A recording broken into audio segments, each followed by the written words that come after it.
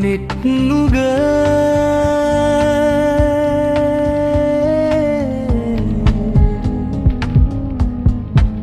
මහද සලිත කල මනලොල් සුන්දර සිනාවන් ඒ හසකැන් රටාවන්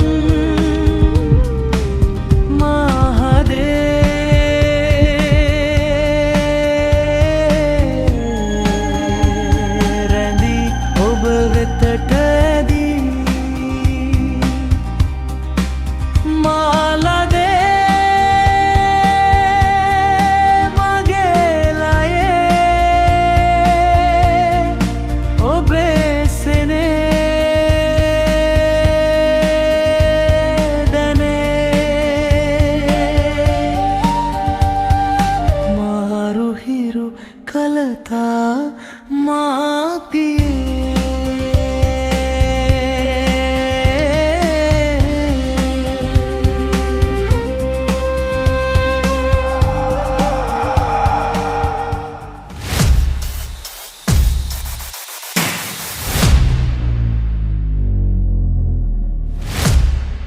මේ ලෝකේ ඔයා විඳලා තියෙන භයානකම අත්දැකීම මතකද? ආදරේ කියන්නේ ඒ වගේ දෙයක්ද? නැත්තම් ආදරේ කියන්නේ ලස්සන ශාන්ත දෙයක්ද? ලෝකෙ කොහේ කොතන කොයි විදියට ආදරයක් කවුරු කාට කොයි මොහොතක මොන විදියේ හිතක ඉපදුනත් ආදරයට පුළුවන් ගෙවෙන ජීවිත අමතක කරවලා ජීවිතවල ලස්සන එළියට අරගෙන හරි අපූර්වට පාට කරන්න. ජීවිතේ අඳුරුම පැත්ත කවදාකවත් දකින්න අකමැති දැකලා නැති භයානකම පැත්තට අපිව පත් කරන්නත් පුළුවන්. මේ පටන් ගත්ත ගමන් ආදරය ගැන වර්ණනා කියවන්න වුණාට මේ කතාව කියන්න මම කොහොමද පටන් ගන්නෙ කියලා මම තවමත් හිතනවා. සමහර කතා තියෙනවා ලස්සන පරිච්ඡේදයකින් ලස්සන වචන දාලා කඩා හැරෙන දිය ඇල්ලක් වගේ ආසාවෙන් රස විඳින්න පුළුවන් විදිහට ලියන්න. සමහර කතා තියෙනවා ලියන්න තියා කියන්නවත් මුලක් මැදක් අගක් ගලප ගන්න බැරුව Tamanටවත් නොතේරෙන විදිහේ මහ පුදුමාන්තර කතා.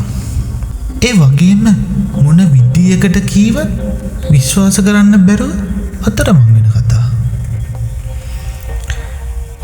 ජීවිතවල ආදරේ පාට හීන ගොන්නක් වෙනකොට ඒ හීන පාටින්ම පාට වෙන ලස්සන වාසනාවන්ත ජීවිත අපි අතර ඕන තරම් තියෙනවා. පාට ලස්සන සරුංගල් වගේ පාවෙන හුළඟට ගසාගෙන කඩාගෙන යන ජීවිතත් ඕන තරම්. ඉතින් මම දකින එකම දේ ආදරේ නම් ජීවිතවල උමතුවක්. සමබර කරගන්න හැදුවත් කරගන්න බැරි ලොකු උමතුවක්. ස්වේතා ස්නේහස් මේ කතාව නම් මම විශ්වාස කරන්නේ නැහැ. ඒත් මම විශ්වාස කරන්න උත්සාහ කරනවා. මම උත්සාහ කරනවට වඩා මම ඒක විශ්වාස කරනවා නැත්තම් මම විශ්වාස කරන නිසා විශ්වාසය බිඳහෙලන්න දැන් උත්සාහ කරනවා.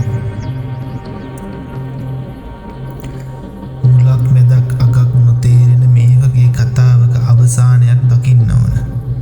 ඒත් අවසානයක් දකින්න තරම් හැකියාවක් තියෙන කෙනෙක් මේ අපි අතර ඉඳීද කියලා මම දන්නේ නැහැ. ඒත් මේ ලෝකේ ආදරය කියන හැඟීම මොන විදිහේ ආත්මයකට වුණත් දැනෙනවා විඳිනවා කියන දේ නම් මට තවත් විශ්වාස නොකර ඉන්න බෑ.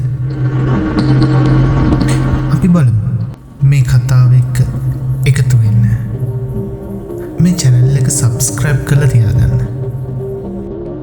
ස්වේතා කියන්නේ ස්නේහස් කියන්නේ අපි දන්න ආදරේ දන්න විදිහට පාට කරන දෙන්නෙක්ද නැත්නම් අර මම මුලින් කිව්වා වගේ ජීවිතේ තියෙන භයානකම පැත්ත විශ්වාස කරපු දෙන්නෙක්ද?